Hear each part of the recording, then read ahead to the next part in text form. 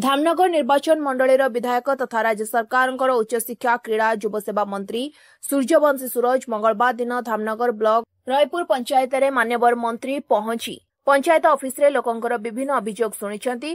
सकाळ 8टा समय एही जन शुणाणी आरंभ होइतला। रायपुर पंचायत सह आखपाख पंचायतर लोक अभियोग नै विभिन्न समस्या नै आसिथिबार देखिबाकू मिलिथिला। जिलापाल दिलीप कुमार राउतराय, अतिरिक्त जिलापाल, उपजिलापाल, भद्रक आरक्षी अधीक्षक, धामनगर बीडीओ और अतिरिक्त तहसीलदार एही अभियोग शुणाणी रे उपस्थित रहिथिले।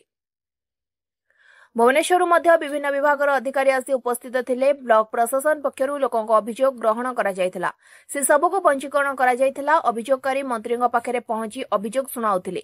मंत्री अभियोग सुनिबा परे ताहा केउ विभाग रे समाधान हेबो ताहा निर्देश करथिले जिलापाल। एहा परे संपृक्त विभाग अधिकारी समस्या रे सेठारे ही समाधान करुथिले। विभिन्न पंचायतरु 500 अभियोग ग्रहण करा जायथिला। विशेष करी ग्राम्य रास्ता, राशन कार्ड, जबरदखल, भत्ता उपरे अधिक अभियोग ग्रहण करा जायथिला। आज निर्वाचन मंडल ये जो पंचायत उपस्थित अच्छा रायपुर पंचायत 20 वर्ष पूर्व ये पंचायत को लोग घुसुरी को जाते गामुछा संकट देके जाते समय रास्ता नथिला, पोल नथिला, जलसेचन व्यवस्था नहीं, जदि भी किसी फसल होची ताको बन्या होउला।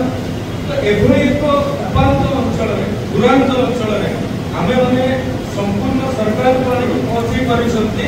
ये कोड ना कोडी गोटे स्ट्रांग मेसेज लोक गवर्नेंस पाई एक शुभ संकेत एवं वर्तमान सरकार आपण जानते विश्वास करछंती on less government and more government. There has to be more government and less government. जोति माई की आजी माननीय मंत्री मध्य द्वितीय थर पाई आजी विकेंद्रीकरण परिप्रेक्षी आज एक रायपुर पंचायत धामनगर प्रदीप महापात्र रिपोर्ट स्वतंत्र ओडिशा लाइव।